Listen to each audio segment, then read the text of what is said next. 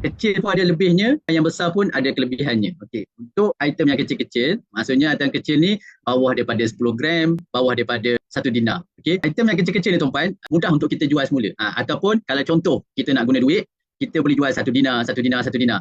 Maksudnya kita boleh jual sedikit-sedikit.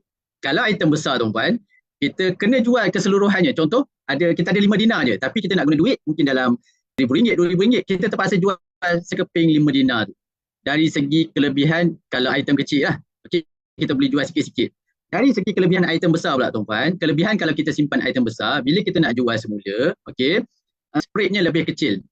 Lebih kecil. Kalau spread ataupun selisih harga beli gold antara 6 ke 9%. Jadi lagi kecil item tu, maksudnya 9% lah dia punya spread ataupun selisih harga. Kalau item tu lagi besar, lagi kecil dia punya selisih harga. Bila lagi kecil selisih harga spread tu, keuntungan kita lebih maksimum lah. Dan kalau item besar pula tuan-puan, biasanya kelebihan dia harganya lebih murah berbanding dengan item kecil. So kalau tuan-puan hari ni nak mulakan item kecil, kalau nak beli secara retail, seeloknya beli atas 1 dinar dan ke atas ataupun 10 gram dan ke atas. Sebab apa? Sebab bawah daripada 1 dinar, bawah daripada 5 gram ikut harga retail.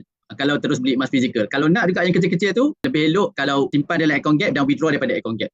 Cuma kelebihan dia itu tadi, kelebihan dia. So masing-masing ada kelebihan dia. Salah mana-mana satu pun ikut bajet masing-masing, ikut keperluan kita, apa tujuan kita nak simpan emas tu.